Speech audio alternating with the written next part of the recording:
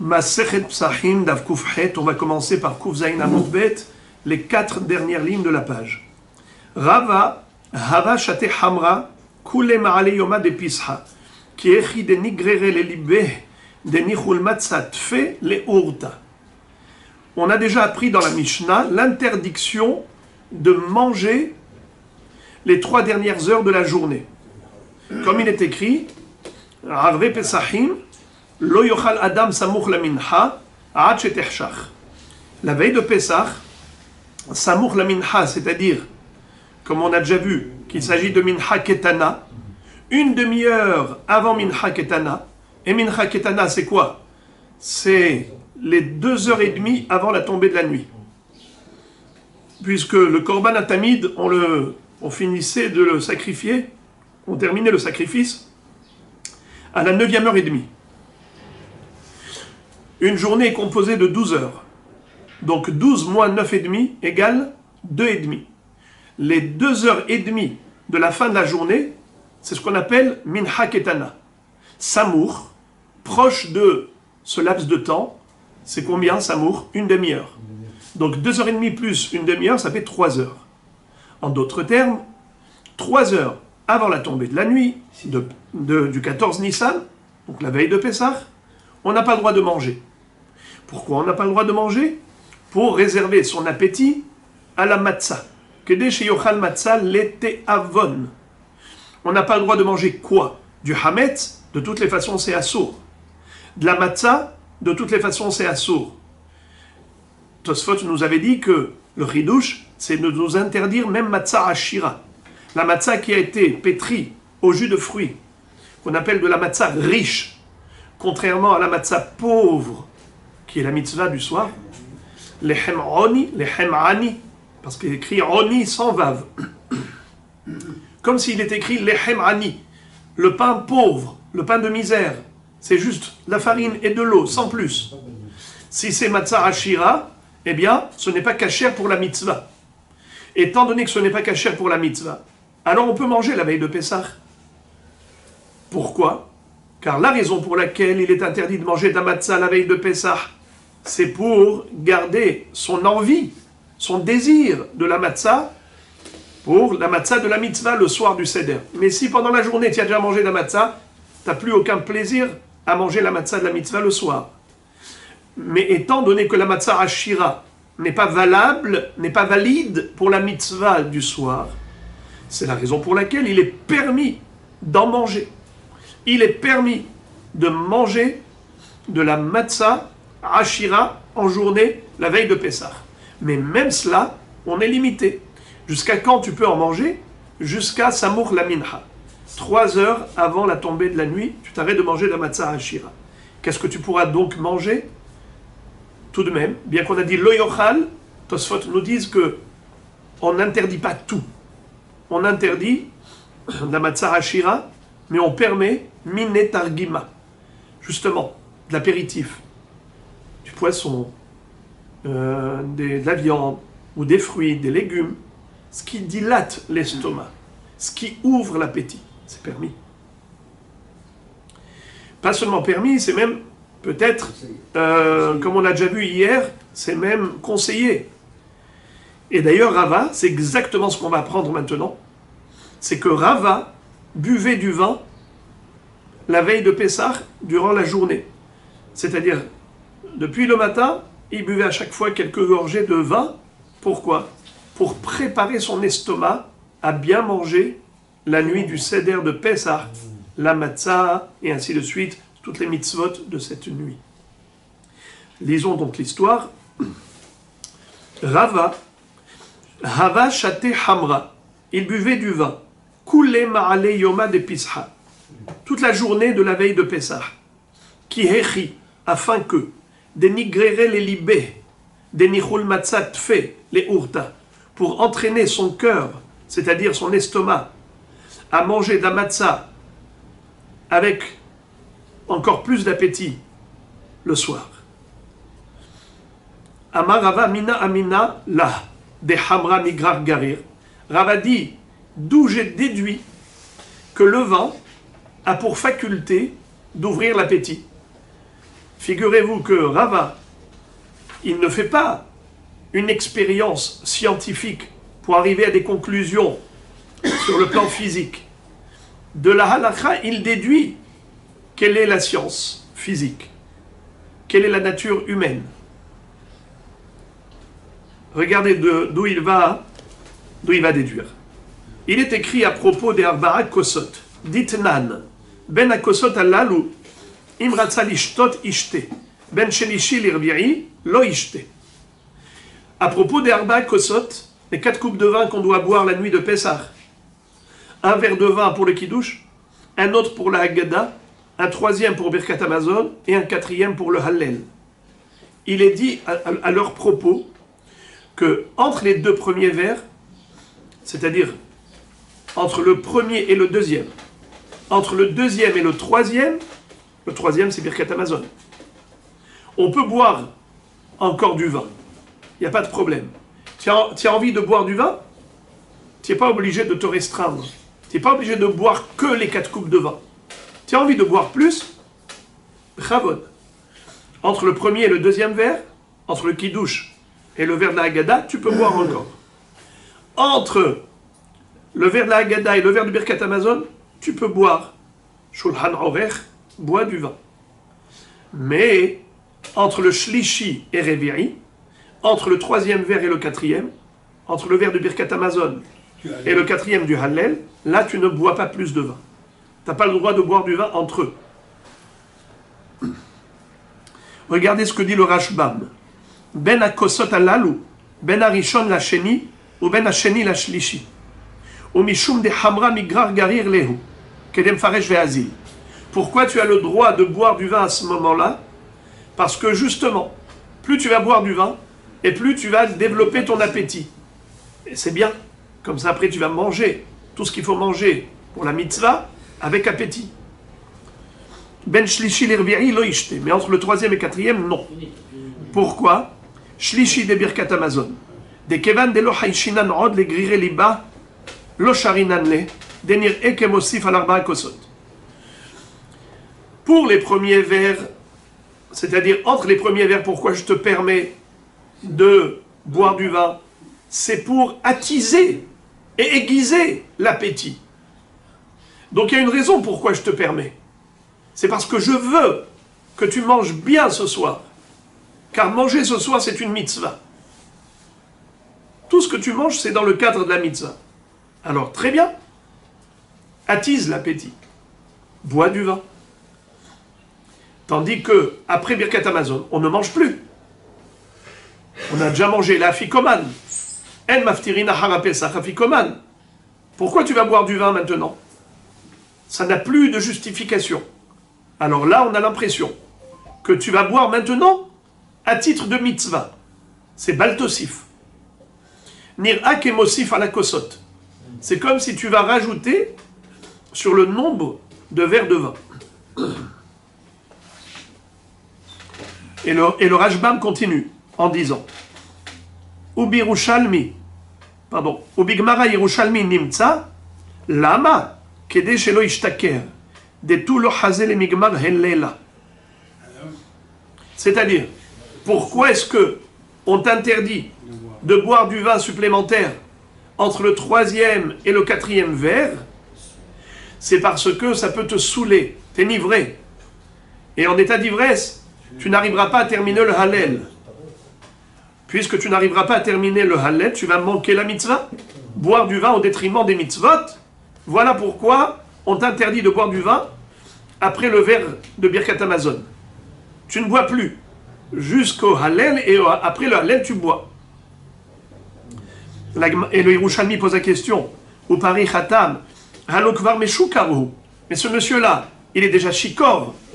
Pourquoi il est déjà ivrogne? Parce que tu lui as permis de boire entre le premier et le deuxième, entre deuxième et troisième, il a bu. Il a terminé 4 bouteilles, pas 4 coupes de vin. Alors, qu'est-ce que tu lui dis? Non, mais je veux pas que tu sois ivre. Mais il est déjà bien au-delà, puisque tu lui as permis. Écoutez la réponse fabuleuse. Shane, et le Yerushalmi répond Yain shebetoch Hamazon, lo meshaker, sheleachar Hamazon, Meshaker. Quel est le vin qui rend ivre? C'est le vin que tu bois après manger. Mais le vin que tu bois en apéritif et que tu bois pendant le repas qui accompagne ta consommation, ce vin-là n'a pas d'effet négatif, n'a pas d'impact d'ivresse sur l'homme. Il ne va pas l'enivrer. Tandis que le vin d'après, où tu bois juste du vin, là maintenant, tu vas sentir la tête qui tourne. Alors voilà donc, maintenant tout cela, c'est la Mishnah. Ok. Rava qui nous a cité cette Mishnah, c'était pourquoi? C'était pour nous démontrer que le vin ouvre l'appétit. Regardez comment il va faire sa déduction. Ve'i amart mis'ad sa'id amay ishte haka achi lematza achi la gasa elashma mina migrar garir. Rava te dit, si behemet le vin rassasié, alors comment se fait-il qu'on a autorisé? Comment se fait-il que les hachamim aient autorisé l'homme à boire du vin entre deuxième et troisième verre? Mapitom, mais à ce moment-là, il risque d'être rassasié par le vin. Et il ne va pas manger la matzah convenablement, il va manger achila gassa. C'est quoi achila? Une consommation sauvage, c'est-à-dire que le bonhomme il est déjà rassasié et il mange encore, comme un glouton. Alors, le achila gassa, ce n'est pas une achila. Quelqu'un qui ne peut plus faire entrer une aiguille et il mange encore, et alors à ce moment-là, c'est achila gassa, c'est pas de la achila. Donc si tu vois que Hachamim m'ont autorisé de boire avant et pendant, c'est que le vin d'avant ouvre l'appétit. Et l'ashma mina migrar garir. C'est quoi migrar garir? Il entraîne l'appétit. Rav Sheshet avayativ beta'anita kol ma'ale yoma de Pisha. Rav Sheshet jeûnait la veille de Pessah afin de réserver son appétit pour la consommation du lait à seder. La Gemara pose la question et elle dit Nima kasava Rav Sheshet samour le mincha gedola ou mishum samour le mincha gedola ktnan ou mishum pishahu דילמה נמשך והתלה עם נועם אל מעבד פסחהו וסבר לה כי דאמר רבי הושעיה אמר רבי אלעזר מכשיר היה בן בטרה בפסח ששחטו שחרית ב14 לשמו ומצפרה זמן פסחהו דכולי יום החזה לפסחה דסבר בין ה40 בין ערב דאתמול לערב דהעידנה. Pour ceux qui s'en souviennent, on avait vu le daf précédent, un safek. Quand la Mishnah nous a dit Arbe Pesachim, lo yochal adam samour la mincha ad shetechshach. Que veut dire samour la mincha? Proche de mincha, on a dit une demi-heure avant mincha. Mais la Gemara s'était posé la question. On a deux mincha. Il y a mincha gedola et il y a mincha ketana. Est-ce que c'est une demi-heure avant mincha gedola? C'est quoi Mincha Gedola? C'est à la 6e heure et demie depuis le lever du jour. C'est-à-dire une demi-heure après Hatzot. Et une demi-heure avant, ça veut dire Hatzot pile. Sous-entendu que la Mishnah peut-être nous interdit de manger pendant tout l'après-midi. Depuis Hatzot jusqu'à la tombée de la nuit. Car on parle de Mincha Gedola. Ou bien non, on parle de Mincha Ketana. Mincha Ketana, c'est 2h30 avant la tombée de la nuit. Samour, c'est une demi-heure avant, ça fait 3 heures avant, on avait un safek. Est-ce que l'interdiction de manger Samour la mincha, c'est 3 heures avant la tombée de la nuit ou 6 heures avant la tombée de la nuit? La Gemara finalement est arrivée à la conclusion qu'on parle de mincha ketana. Mais elle avait quand même un doute. Peut-être que Rav Sheshet pense en effet que la Mishnah, quand elle a interdit de manger Samour la mincha, ce n'est pas mincha ketana. Il s'agit de Mincha Gedola. Et donc il interdit depuis Mincha Gedola. Les amis, vous vous rappelez quel argument a donné la Gemara? Selon cette hypothèse, que l'interdiction de manger Samour la Mincha, c'est Samour la Mincha Gedola. quelle en serait la raison? Pourquoi nous interdire de manger tout l'après-midi? La Gemara avait donné une raison. Elle avait dit, eh bien c'est à l'époque du Beth Amikdash, à partir de quand on commençait la shrita du Korban Pessah, une demi-heure, c'est-à-dire on terminait le Korban Atamid. Une fois qu'on a terminé Korban Atamid, à la 6e heure et demie, on pouvait déjà shriter le Korban Pessah. Dans l'absolu. Veshahatu oto kol ke'al adat Israël ben ha'arbaim. Et pour ne pas que l'homme ne soit affairé et occupé par son repas, au lieu d'aller sacrifier l'agneau pascal, il va se retrouver en train de déjeuner à table avec sa famille et ses amis, et donc il risque de ne pas accomplir la mitzvah du sacrifice du Korban Pessah dans le Beth Amikdash. C'est la raison pour laquelle les Chachamim auraient interdit de manger Samour le Mincha Gedola, depuis Chatzot, pour que l'homme fasse Korban Pessah. Donc c'est par rapport au risque que l'homme oublie de faire Korban Pessah qu'on a interdit de manger pendant la période qui est apte au Korban Pessah. Ok, alors ça explique seulement l'interdiction de manger depuis Chatzot. Mais pourquoi Rav Sheshet s'interdisait depuis le matin? Ah, j'ai une explication. Peut-être que Rav Sheshet, premièrement, il pense que Samour le Mincha, c'est Samour le Mincha Gedola, à cause du problème du Korban Pessah. Par précaution, pour pas que l'homme ne se laisse aller dans son repas et qu'il oublie Korban Pessah. Mais lui, il dit, tu veux savoir c'est quand qu'on peut sacrifier le Korban Pessah? Ce n'est pas uniquement l'après-midi, comme le pense Chachamim. Lui, il a été peut-être possèque, comme Rabbi Oshaya, qui a dit au nom de Rabbi Elazar, qui a dit au nom de Ben Betera, que le Korban Pessah est sacrifiable depuis le matin, du 14 Nissan. Et comment il comprend le pasuk? Veshahatu oto kol ke'al adat Israël ben ha'arbaim. Les Bnei Israël doivent sacrifier l'agneau pascal ben ha'arbaim. Généralement ben ha'arbaim, selon Chachamim, c'est l'après-midi, entre le début du coucher, Erev, Ma'arav, quand le soleil va vers l'ouest, donc il se penche depuis le zénith vers l'ouest, Ma'arav, donc c'est Erev. Or, il y a le début du coucher du soleil, c'est 1 minute après Chatzot, et la fin du coucher du soleil, c'est 1 minute avant la tombée de la nuit. Toute cette plage horaire de 6 heures s'appelle Ben Arbaim, c'est le Zman du Korban Pessah. Mais Ben Betera, selon Rabbi Oshaya, cité par Rabbi Elazar, pense tout autre chose. Incroyable, mais vrai. Vous savez c'est quoi Ben Arbaim? Ben Erev, les Erev. La nuit s'appelle Erev.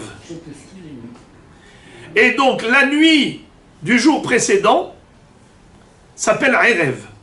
La nuit du jour suivant s'appelle Erev. Ben Ha'arbaim, c'est la journée entière qui est entre les deux nuits. Donc le Korban Pessah, tu peux le sacrifier quand? Toute la journée du 14 Nissan. Car selon Ben Betera, la journée du 14 Nissan, comment elle s'appelle?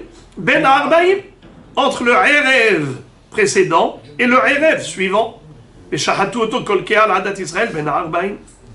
Et si nous disons que toute cette plage horaire de 12 heures de la journée du 14 Nissan est apte au sacrifice de l'agneau pascal, alors on comprend pourquoi Rav Sheshet s'abstenait de manger toute la journée.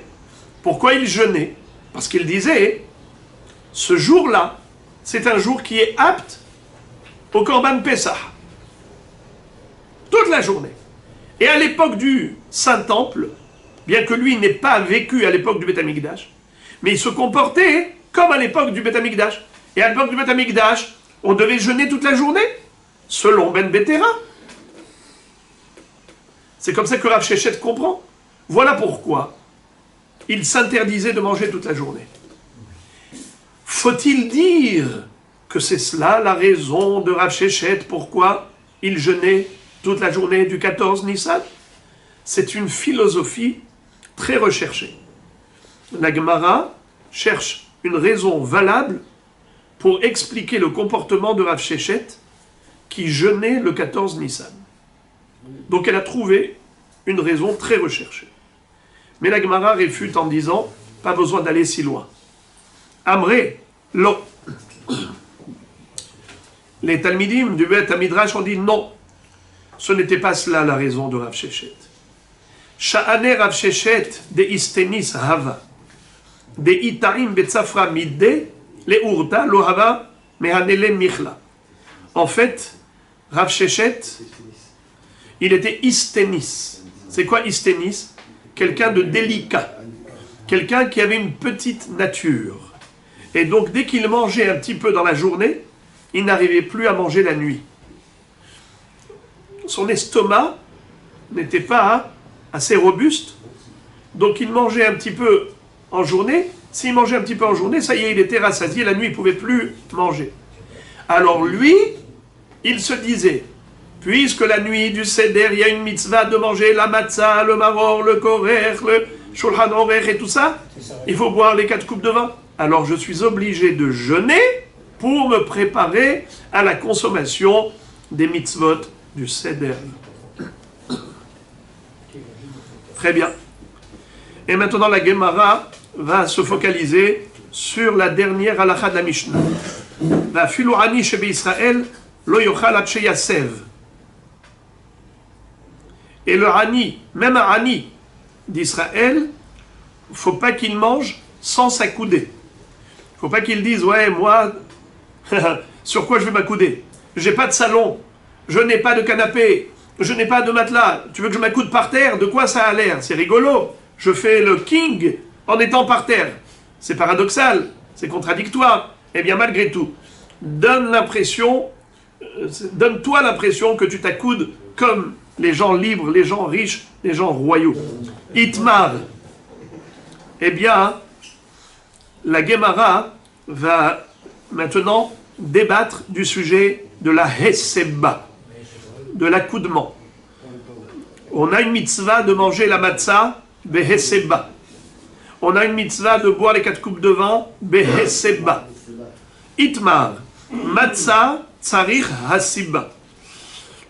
La matzah nécessite et requiert un accoudement afin de se souvenir de la sortie d'Égypte et de montrer qu'à ce moment-là, on a été libéré, délivré de manière glorieuse.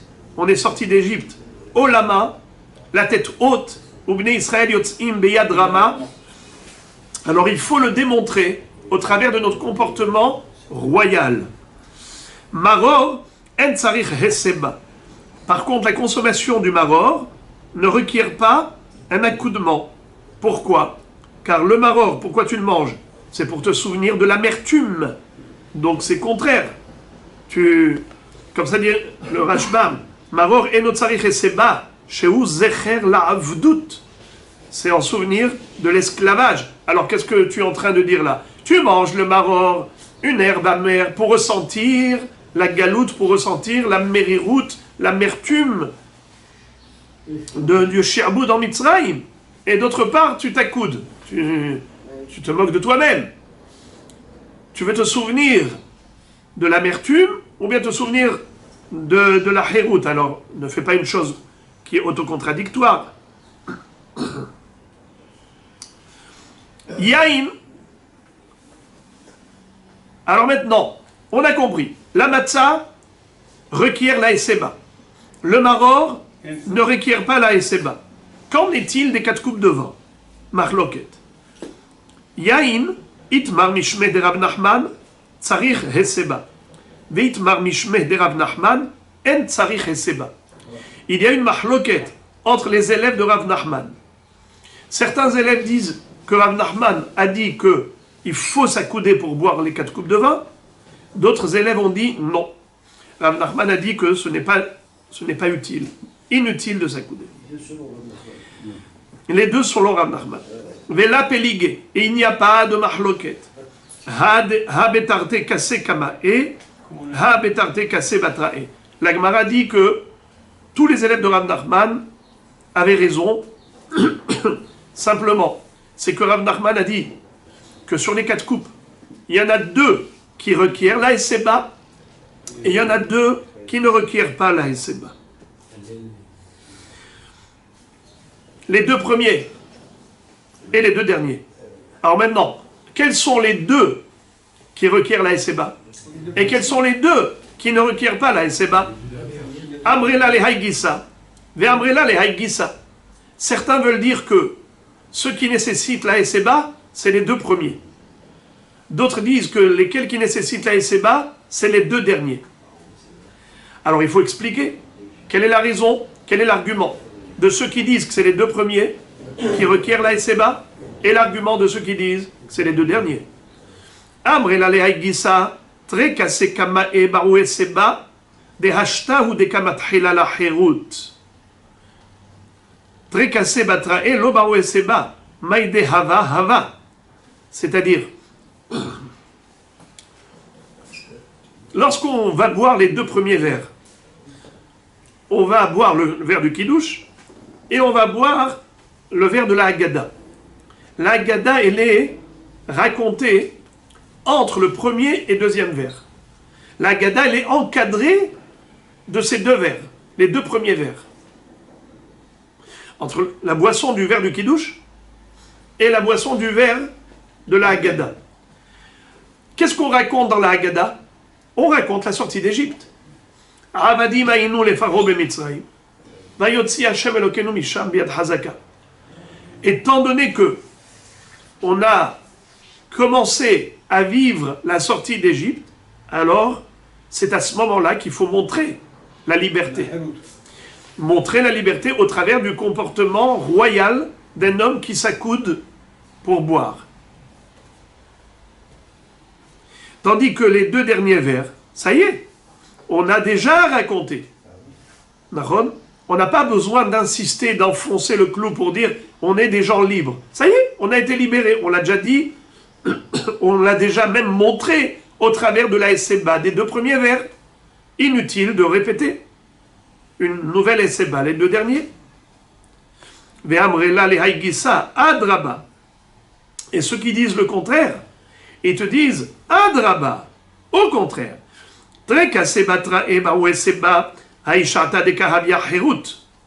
C'est-à-dire, les 2 derniers vers, pourquoi il faut s'accouder? Parce qu'à ce moment-là, on est déjà libéré. On a déjà raconté qu'on est déjà sorti d'Égypte. Alors, c'est à ce moment-là qu'il faut montrer que tu es Ben Horim. Mais par contre, très cassé kamae, mais les 2 premiers vers, l'obaou et seba, ne requiert pas de Seba, des Arte Avadim Aïnou Ka'ama, puisqu'à ce moment-là, on rappelle encore la Avdout en disant Avadim Aïnou le Pharaon B'Mitzrayim. Tu commences avec ça. Tu as encore un point dans le cœur. Tu as encore un coin d'ombre dans le cœur.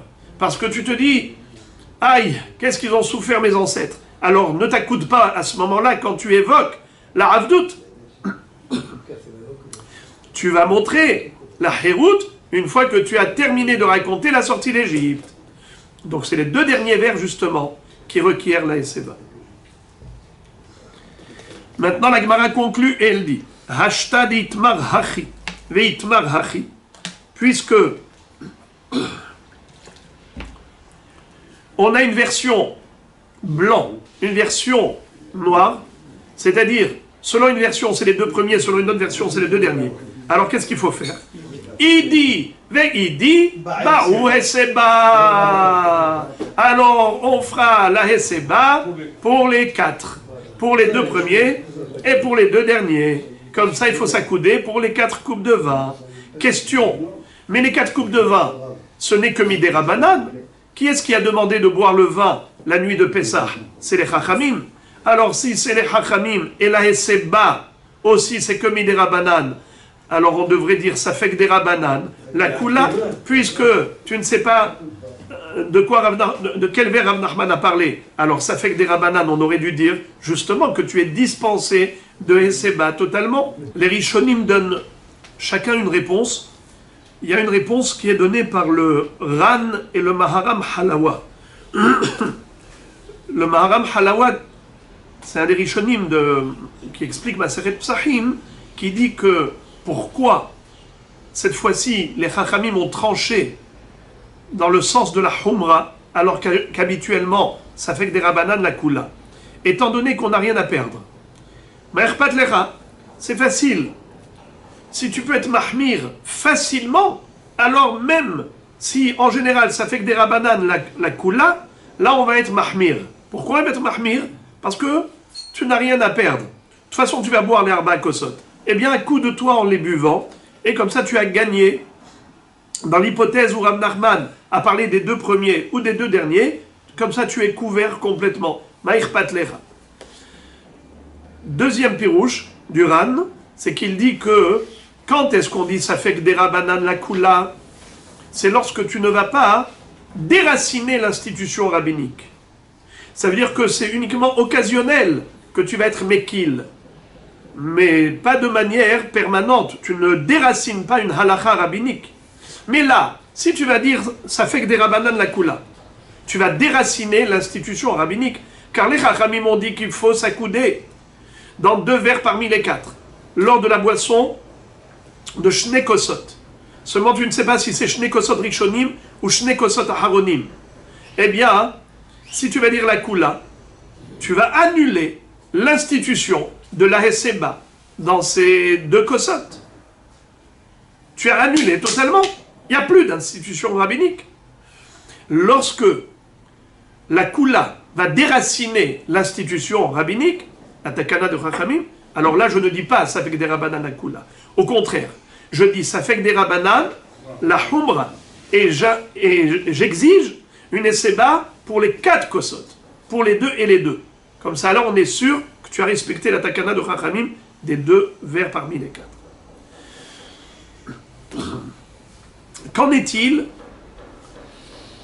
maintenant, les Maasé, si il a bu Bedi Avad? Ok, a priori, il faut s'accouder.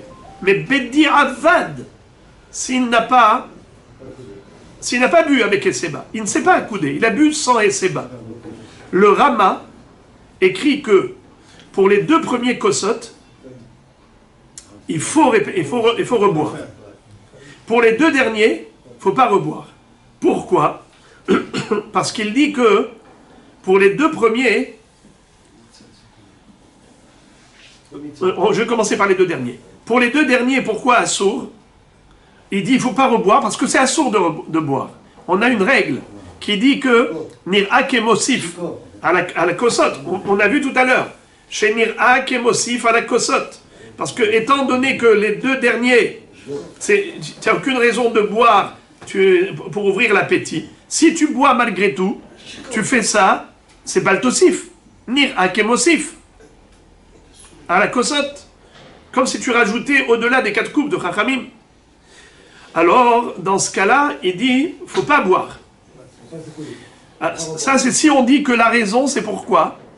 Pourquoi est-ce qu'en général, on exige la Esseba? C'est parce que tu n'as rien à perdre.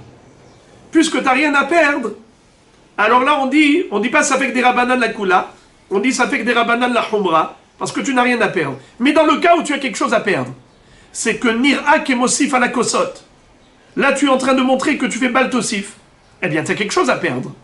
Dans ce cas-là, tu ne feras pas la Esseba. Pour les 2 derniers, si tu ne les as pas bu, Esseba.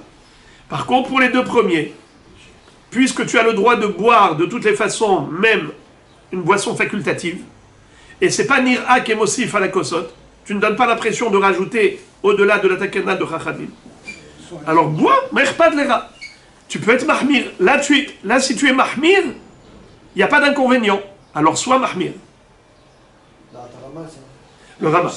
Et pour le Bet Yosef, pour les Sfaradim, il faut refaire pour les 4 coupes de verre. Pourquoi? Parce que eux, ils pensent que la raison, c'est comme la deuxième raison, celle du Ran. Qu'est-ce qu'a dit le Ran? Que, étant donné que si jamais on avait dit ça fait que des Rabbanan la Kula, alors tu vas déraciner la Takana de Chachamim.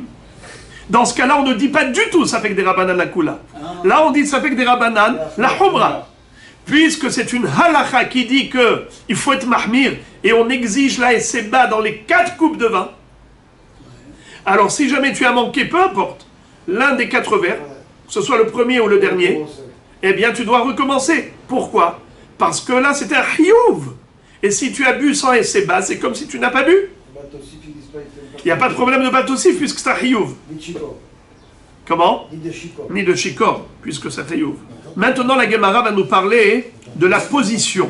Prakdan, loshme heseba. Hesebat yamin, loshma heseba. Velod ella, shema yakdim kane la veshet. Viavolide sakana. Quel est le din? Comment est-ce qu'on s'accoude? On doit s'accouder sur le côté gauche. Ni sur le dos, et ni sur la main droite, ni sur le côté droit. Pour quelle raison? Il y a 2 raisons. Premièrement, c'est que quand tu t'accoudes sur le côté gauche, tu vas pouvoir te servir de ta main droite. Alors que, si tu vas t'accouder sur le côté droit, tu vas bloquer ta main droite et tu vas manger avec le côté gauche. Manger avec la main gauche. Manger avec la main gauche, surtout ne mangez pas une soupe avec la main gauche, parce qu'à ce moment-là, vous allez bien arranger votre costume. C'est-à-dire que, pour un droitier, si il va manger avec la main gauche, il est sûr de se renverser tout ce qu'il a dans la cuillère et dans la fourchette. Alors c'est pour cela qu'il ne faut pas manger, il ne faut pas s'accouder du côté droit pour ne pas bloquer la droite. Dans ce cas-là, tu n'es pas un homme libre. Au contraire, tu es un homme qui souffre quand tu vas te bloquer la droite. C'est pour ça que hasebat yamin et na heseba. Il faut que ce soit dafka hasebat small et manger avec la main droite qui est plus habile et tu as plus de facilité de manœuvre. Ça, c'est une raison. Maintenant, prakdan, s'accouder sur le dos, c'est-à-dire manger quand on est allongé sur le dos. Alors, est-ce que c'est une heseba? Non plus. Pas bon. Alors maintenant, regardez, on va relire, on va traduire, et là on va voir la marloquette de Rashi et Rashbam. Prakdan, c'est quoi prakdan? Quelqu'un qui est allongé sur le dos. Loshme heseba. Ce n'est pas considéré comme un accoudement valable pour la mitzvah. Hasibat yamin, loshma heseba. Celui qui s'accoude sur le côté droit, non plus, ce n'est pas une heseba valide. Velorod, ella, shema yakdim kane la veshet viavo l'ide sakana. Non seulement que la heseba, elle n'est pas confortable, mais en plus, il y a ici un danger, un risque, hasve shalom, d'avaler de travers. Et donc, l'aliment va aller dans la trachée au lieu de passer par l'œsophage dans l'appareil digestif. Il va rentrer dans l'appareil respiratoire. C'est très dangereux. Puisqu'il y a un clapet qui se situe au niveau de la trachée, qui empêche l'introduction des aliments, mais s'il se trouve dans une position autre, eh bien, le clapet va s'ouvrir et là-bas, il peut avaler de travers. Maintenant, Rachid dit que ce risque d'avaler de travers, ça a été dit par rapport à la position de prakdan, quand tu manges sur le dos. C'est là qu'il y a ce risque. Mais pas quand tu manges sur le côté droit. Sur le côté droit, la raison pour laquelle c'est disqualifié, c'est juste un problème de confort. Parce que manger avec sa main gauche, ce n'est pas confortable. Mais il n'y a pas de problème de danger. Mais le Rashbam, son petit-fils, n'est pas d'accord avec Rashi. Et il va dire que non. Justement, le problème d'avaler de travers, c'est si on s'accoude du côté droit, c'est là que le clapet peut s'ouvrir et qu'il pourrait avaler de travers et être étouffé. Regardez le Rashi. Rashi dit Shema yakdim kane la veshet, a prakdan kae. Ça se rapporte au prakdan. Shemitor shetzavaro shohele achorav, puisque son cou, il est vers l'arrière. Shipui kova, le clapet à sotem et pi à kané, qui protège l'entrée de la trachée. Niftah, il s'ouvre. On mitkapel les marla, il se relève vers le haut. Vea kané pochette les marla. Vea ma'achal nichnas le tocho ve nechnak. Et c'est là que nous dit Rashi qu'il pourrait y avoir un aliment qui rentre dans la trachée et en étant sur le dos et s'étouffer. Regardez la deuxième ligne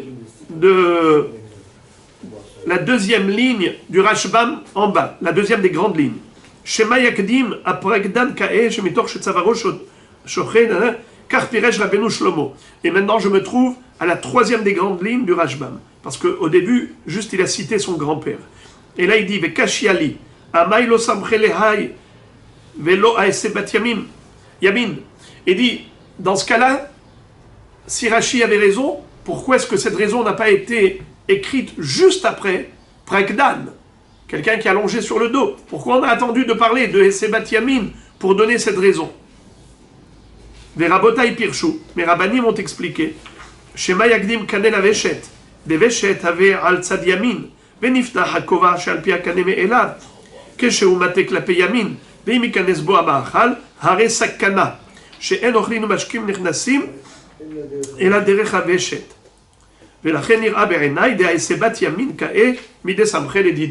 Voilà pourquoi le Rashbam nous dit que le problème de la sakana, c'est justement lorsqu'on va s'accouder du côté droit.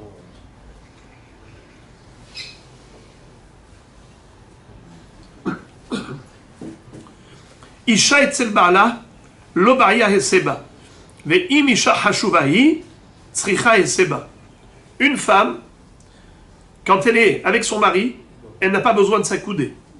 Mais si c'est une femme hashuva, alors oui, elle a besoin de s'accouder.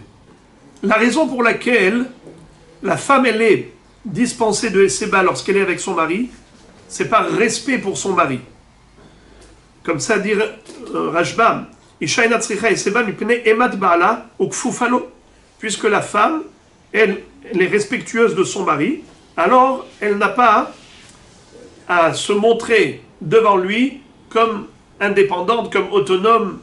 C'est pas kavod pour son mari. Et le Shilto de Rav Achai Gaon dit parce que les femmes n'ont pas l'habitude de s'accouder. Ok, ça c'est une explication. Maintenant, une femme hashuva, ça peut être soit une femme qui est célibataire, donc elle devrait s'accouder. Si on donne cette raison, c'est parce que en général, elle ne veut pas montrer de l'autonomie vis-à-vis de son mari. C'est pour ça que quand elle est avec son mari, elle ne s'accoude pas. Mais si elle est célibataire, donc elle devrait s'accouder d'après cette raison. Mais si on dit comme Rav Achai Gaon que la femme n'a pas l'habitude de s'accouder, alors même si elle est célibataire, elle n'a pas besoin.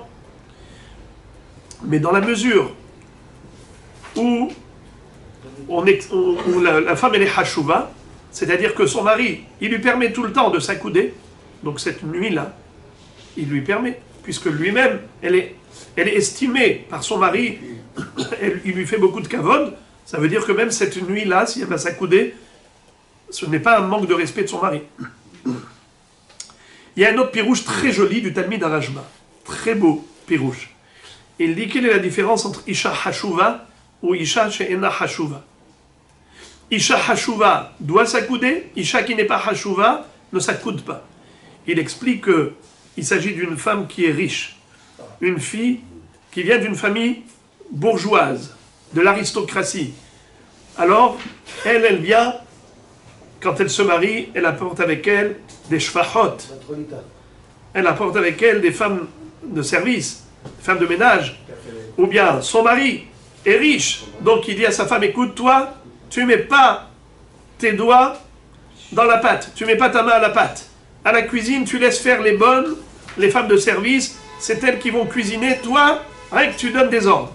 Alors, il dit dans ce cas-là, cette femme-là, il dit une femme qui n'est pas hashuva, elle cuisine elle-même, alors la pauvre, tu vas lui dire, va t'accouder, jusqu'à ce qu'elle arrive à trouver la bonne position pour s'accouder, après elle doit se relever pour servir.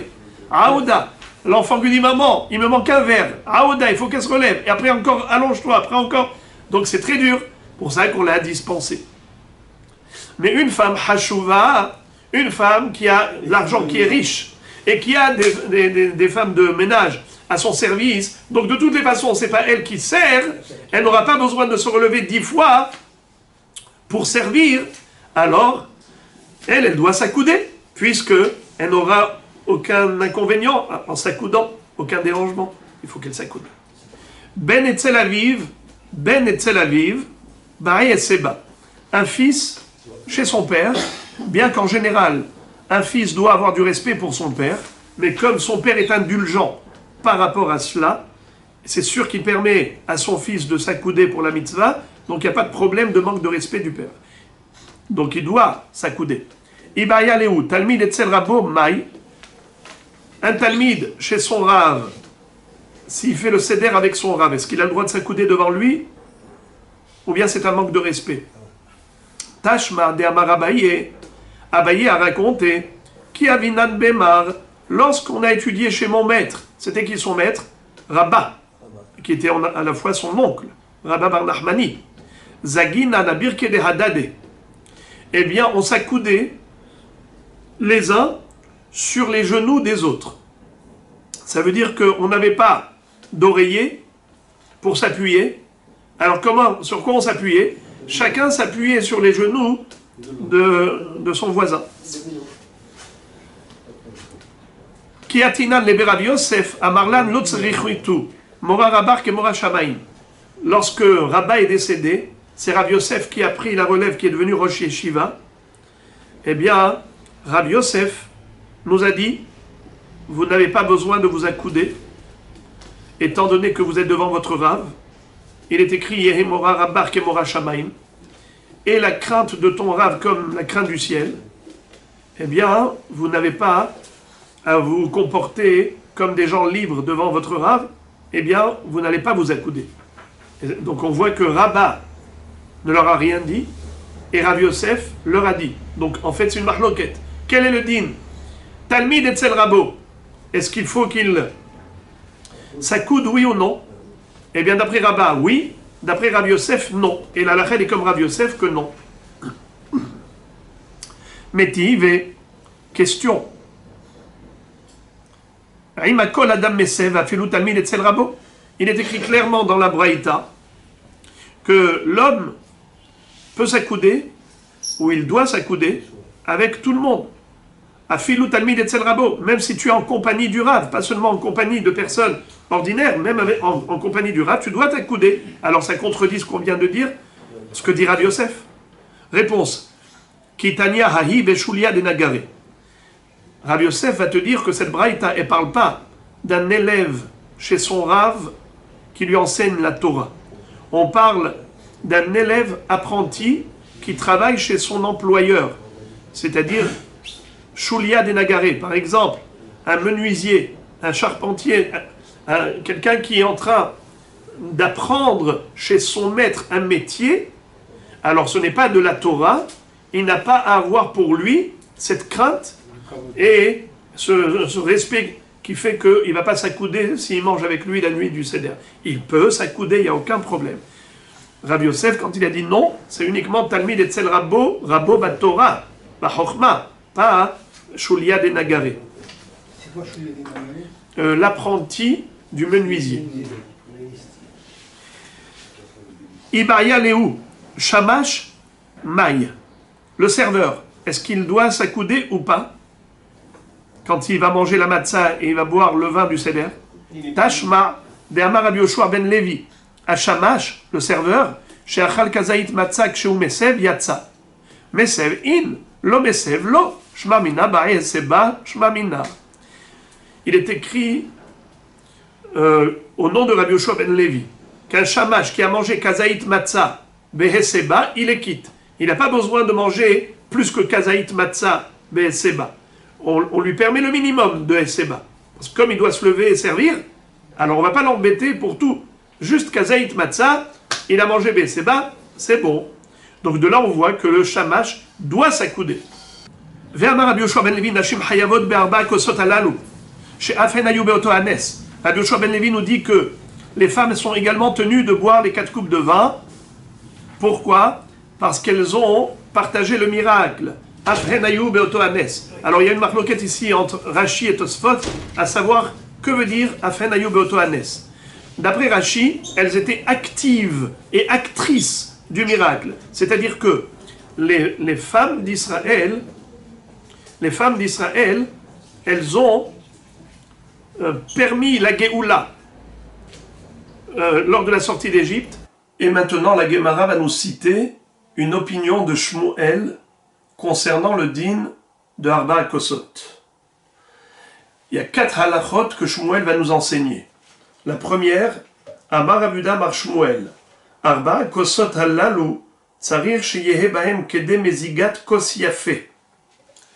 Ces Arba kosot, il faut qu'ils aient la dimension de kos yafe, c'est-à-dire les mêmes halachot que Birkat Hamazon. Birkat Hamazon s'appelle kos yafe, car la Gemara dans Masechet Brachot nous enseigne que le kos de Birkat Hamazon doit être yafé. Il doit y avoir 10 critères. Shtifa, hadaha, hay, malé, itour, itouf. Tout ce qui est écrit là-bas. C'est pour cela qu'il s'appelle kos yafé, car les Chachamim ont exigé, à propos du kos shel bracha de Birkat Hamazon, tous ces critères. Alors maintenant, on est en train de dire que les Arba Kosot doivent incarner la même dimension que le kos de Birkat Hamazon, c'est-à-dire de répondre aux mêmes critères. Et de quoi s'agit-il précisément? Tsarir sheye bahem kede mezigat kos yafe. Il faut que le verre de Arba Kosot puisse contenir la même quantité qu'on exige pour le kos yafe de Birkat Hamazon, c'est-à-dire Revi'it. Revi'it. Mais maintenant, on n'a pas dit simplement il faut qu'il y ait Revi'it. On a dit Kede Mezigat Kos Yafe. Et qu'est-ce que ça veut dire Kede Mezigat Kos Yafe?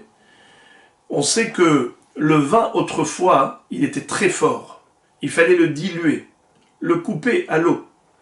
Alors on mettait un volume de vin et 3 volumes d'eau. Donc dans un Revi'it, il y avait combien de vin? Un quart du Revi'it de vin, et 3/4 du Revi'it, c'était de l'eau.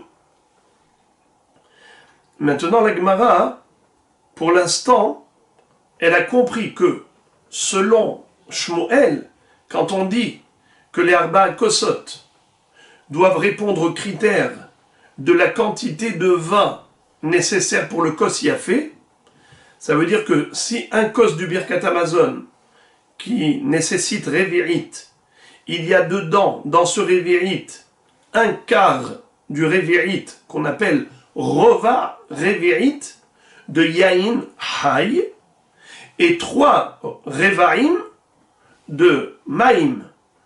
C'est comme ça qu'on fait la Meziga. Un volume de vin, 3 volumes d'eau. Donc le kos du Birkat Hamazon en tout c'est Revi'it, dont un quart de ce Revi'it c'est du vrai vin et 3/4 d'eau. Les Arba'a Kosot, les 4 en même temps, ils doivent équivaloir un kos du Birkat Hamazon. C'est ce que la Gemara a cru comprendre pour l'instant. Que les Arba'a Kosot, qu'est-ce qu'il y a dedans? Un Revi'it.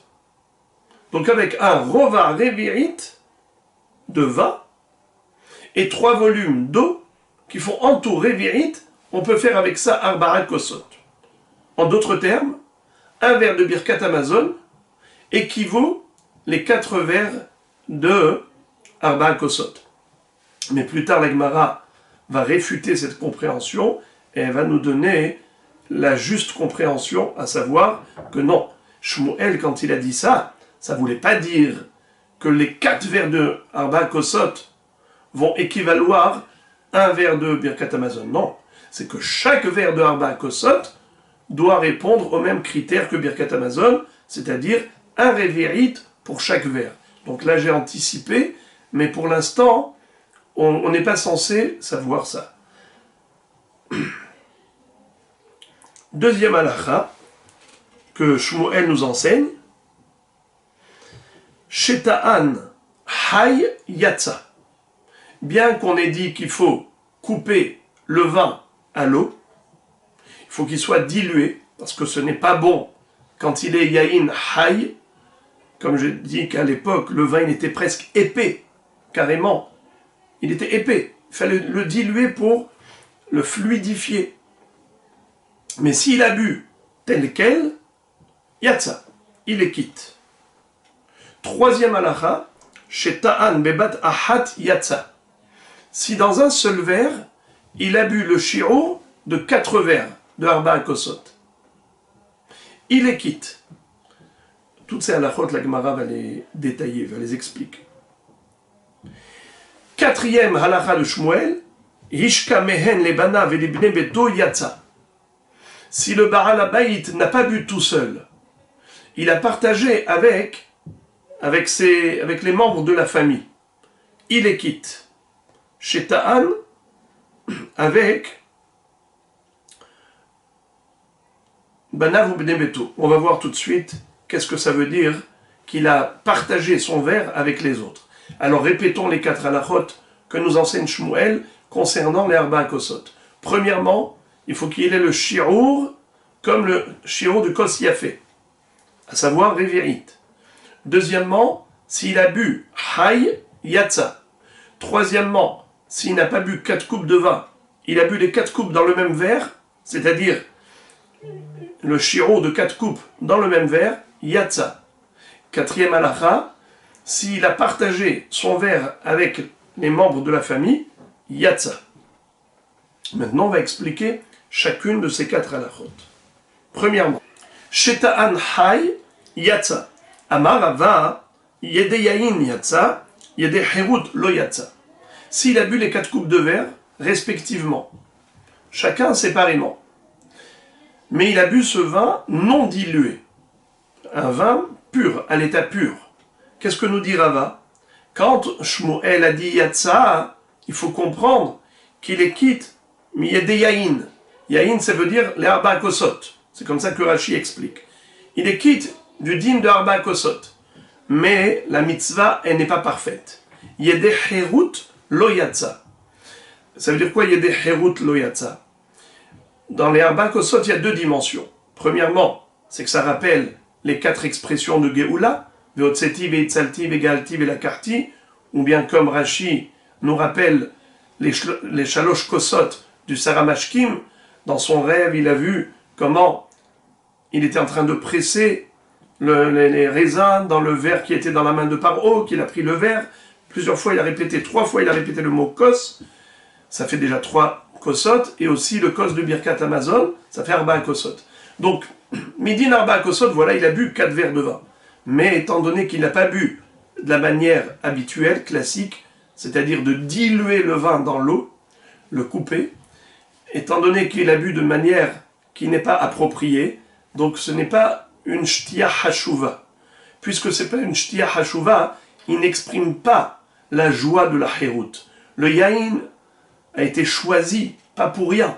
Il a été choisi parce que Veyain yesammach lebavenosh, il réjouit le cœur humain et il exprime la noblesse, il exprime la réussite. Et donc quelqu'un qui ne boit pas d'une manière convenable, il a bu sauvagement, il ne montre pas de la royauté, la liberté. Il y a des hérut lo yatsa, ça veut dire que sa mitzvah n'est pas parfaite. Encore une halakha de Shmuel. Sheta'an bebatahat. Qu'est-ce qu'avait dit Shmuel? Que s'il les a bu les 4 à la fois, il les quitte. Ça veut dire que dans un seul verre, il y avait le shirour de Arba Kosot, il est tout de même quitte. Rav Amar, Yede Yain Yatsa, Yede Arba Kosot Lo Yatsa. Ce dont il est quitte, d'après Rav, c'est uniquement Yede Yain, mais pas Arba Kosot. Ça veut dire la simha que le Yain procure, comme on a dit tout à l'heure, que le vin, ça procure de la joie. Et Yom Tov, c'est une mitzvah. Simha, mais Yom Tov, c'est aller des Yain. Mais il n'est pas quitte de la mitzvah d'Arba Kosot, puisque il a bu les Arba Kosot dans le même verre. Il faut les boire séparément.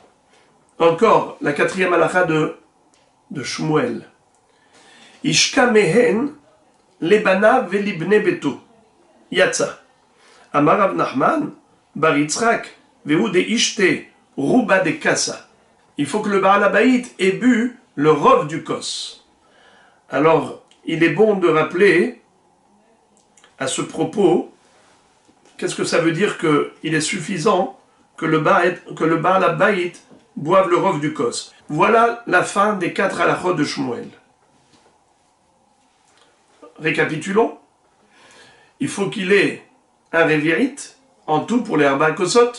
Deuxièmement, Shata Hay Yatsa. Troisièmement, s'il a bu les Arba Kosot dans un seul verre, Yatsa. Quatrièmement, s'il a partagé son verre avec sa famille, c'est suffisant. Il est yotse. Et on a donné des explications et des détails précis par rapport à ces 4 halachot. Maintenant, la Gemara revient à la première halacha. Quand on a dit que les arba kosot, en tout, équivalent à un verre de Birkat Hamazon. Ça veut dire que il y a dans chaque verre de arba kosot un quart de réviérite, puisque un verre de Birkat Hamazon, c'est en tout réviérite. Alors la Gemara pose une kushia. Contre Shmuel, elle objecte. Metiv et arba kosot alalu, tsarir shiye bahem keder réviérite. C'est écrit dans la Braïta qu'il faut que dans chacun des arba kosot, il y ait keder réviérite. Et had hay, même si le vin, il est pur, il n'est pas dilué. Et had mazoug, ou bien, s'il est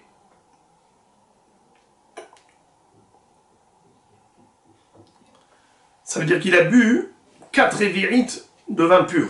Un révirit de vin pur, encore un verre de révirit de vin pur. Les had mazoug, ou bien qu'il soit dilué, coupé à l'eau. Et donc ça fait 4 révirites. Et had hadash, ou bien un jus de raisin qui est nouveau, donc on ne sent pas encore le goût alcoolisé. Les had yashan, ou bien un vin qui est trop vieux, qui a perdu même son goût, il a été altéré. Dans tous ces cas de figure, il est yotse yedechova, il est quitte. Rabbi Yehuda Omer tsarir sheyebo ta'am yain. Rabbi Yehuda, il est exigeant, il est strict. Il dit non, on n'est pas quitte s'il est hadash ou yashan. Si c'est du jus de raisin, pas bon pour Rabbi Yehuda, il faut qu'il y ait le goût alcoolisé. Ou bien trop vieux, qu'il a perdu son goût de vin, aussi, pas cachère d'après lui. Umar e yain, d'après Rabbi Yehuda aussi, il faut qu'il ait la couleur rouge du vin. Fin de citation. Et maintenant, on déduit la question. Katanemihat, kederevirit. On voit en tout cas qu'il faut révirit pour chaque verre de vin. Alors comment Shmuel a pu dire le contraire de la Braïta? Et il a dit que en tous les 4 verres de vin, ça suffit qu'il y ait un révirit comme le kos de Birkat Hamazon. Les atamart kos yafé. Réponse, Amré. Idi haché oraou. En réalité, il n'y a aucune différence. Chaque verre d'herba kosot doit être équivalent au verre de Birkat Hamazon. Et donc, que veut dire Kedé Mezigat Kosiafé? Que voulait dire Shmuel quand il a dit que l'herba kosot Kedé Mezigat Kosiafé, des Kahamar, les Kol Had Vehad. Il parlait de chaque verre d'herba kosot respectivement qui est équivalent au Birkat Hamazon. Be'avu lehu kuleu revirit. Que en tout, on aura un revirit de yain hay. C'est-à-dire, dans chaque verre, il faut qu'il y ait un quart de vin pur et 3 quarts d'eau. Ça fait que si je prenais que le vin pur et que je l'accumulais, ça m'aurait donné un revirit de vin pur. Mais comme on ne boit pas comme ça, on aura arba kosot, dans chacun un quart du révirit de vin pur, coupé à l'eau, dilué dans 3 volumes d'eau. Et la Gemara maintenant revient à Rabbi Yehuda. Rabbi Yehuda Omer tsarir sheyebo ta'am umar e hayayin. Il faut que l'arba kosot ait le goût et la couleur du vin. Amarava, maïtama de Rabbi Yehuda. Rabbi dit pour quelle raison Rabbi Yehuda pense ainsi? Que le vin doit être rouge. Dirtiv alteri yain kit adam. Shlomo Amelech nous dit dans Michelet, ne vous laissez pas attirer par la couleur rouge du vin, parce que devenir alcoolique, ce n'est pas bon. Voilà comment on apprend d'où on apprend le din de la couleur rouge pour le vin.